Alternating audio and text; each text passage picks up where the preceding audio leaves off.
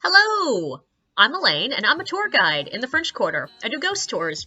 And I am not going to tell you the stories that I tell on my tour, because you gotta pay for those. But if you want to hear some interesting things that have happened to me while I'm leading random drunk people around the French Quarter, I got you. Clothing is often a problem on ghost tours in New Orleans. Not as in my clothing, as in the guests' clothing. And yes, there's what you expect. People don't dress appropriately for summer. They don't realize exactly how hot it's going to be. We get a lot of problems with people from like Arizona, New Mexico, places that are dry heat. They'll just look at our number and go, oh, it's only like 87 out? That's not hot. And I'm like, no, you don't understand. It's 87 with a 90% humidity. That's hot. And those are the people I have to keep an eye out because they'll pass out on a tour. And yes, every tour guide I know has had at least one person pass out on their tour at one point in their lives. But there's also the other side. You'd be amazed how many people don't realize New Orleans has winter.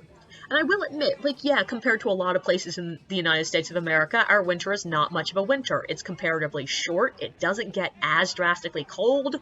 We have almost no snow ever, but we do get cold. And because it is a damp, moist, humid cold, it gets into your bones. Like, it does not matter how many layers you are wearing, it just cuts through it. And it's also usually windy. The wind comes in off the river in winter, and the French Quarter is bitingly cold. Like, I lived in New Hampshire for a while and would walk to work, and I dress up the same number of layers that I used to wear to walk to work in the snow. I'll wear that on a tour in the French Quarter and still get home going, I can't feel my feet. So that causes a problem when we'll have people show up wearing, like, jeans and a t-shirt. Though the one exception is guys from the upper Midwest will show up in shorts. Their legs will be neon red from the cold, and they'll still be sitting there like, it's not cold, I don't feel anything. And I'm like, cool, so you have, like, literally killed your senses there when it comes to cold. But there's other ways that you can be inappropriately dressed. There was one night, it was a lovely spring day, had been hot all day, and had a bachelorette party arrive, all wearing beautiful little white sundresses, which is perfectly appropriate.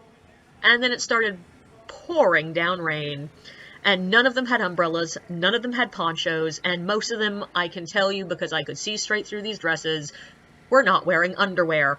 So I gave my umbrella to the one who looked the least decent in a desperate attempt to keep us from, attracting too much unwanted attention. But my last clothing-related story, at least for the moment, is who I call the Steelers guy.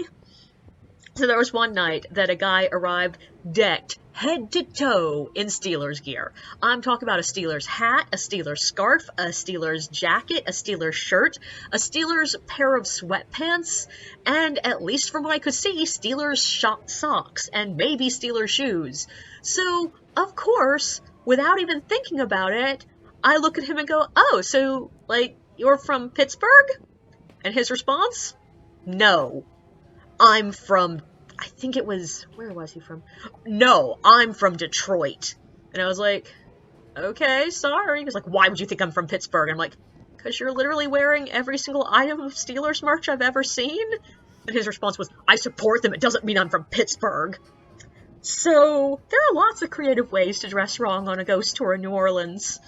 Most of the time, though, as long as you show up wearing clothes, I'll be happy.